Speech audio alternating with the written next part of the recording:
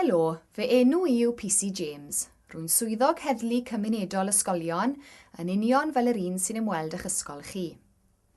Rwy'n cyflwyno gwersi sy'n helpu disgyblion i aros yn ddiogel. Mae un o fy ngwersi yn helpu disgyblion i leihau perygl i ddiogelwch personol mewn bywyd bob dydd. Ni sy'n gyfrifol am ein diogelwch personol ein hunain, felly mae'r penderfyniadau y byddwn ni'n ei gwneud bob dydd yn bwysig iawn. Mae mwynhau bod allan yn yr awyr iach yn bwysig. Gofynnwch eich hunain pan fyddwch yn mynd allan gyda'r hwyr. A yw fy rhieni, gofalwyr, yn gwybod i ble ydw i'n mynd? Gyda phwy ydw i'n mynd allan? A pha amser i'n disgwyl i adref? A yw fy ffôn symudol gen i? Ydw i wedi cofio gadael unrhyw eitem gwerthfawr adref? Ydw i'n cario mwy o arian nag sydd ei angen arnaf? A yw'r llwybr y byddaf yn ei gerdded wedi ei oleuo?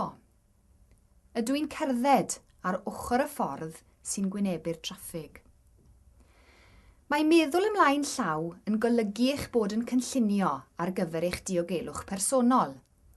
Mae hyn bob amser yn well na gorfod meddwl yn y man ar lle pan fydd risg yn troi'n berygl. Gwrandewch ar eich greddf pan fyddwch yn synhwyro perygl.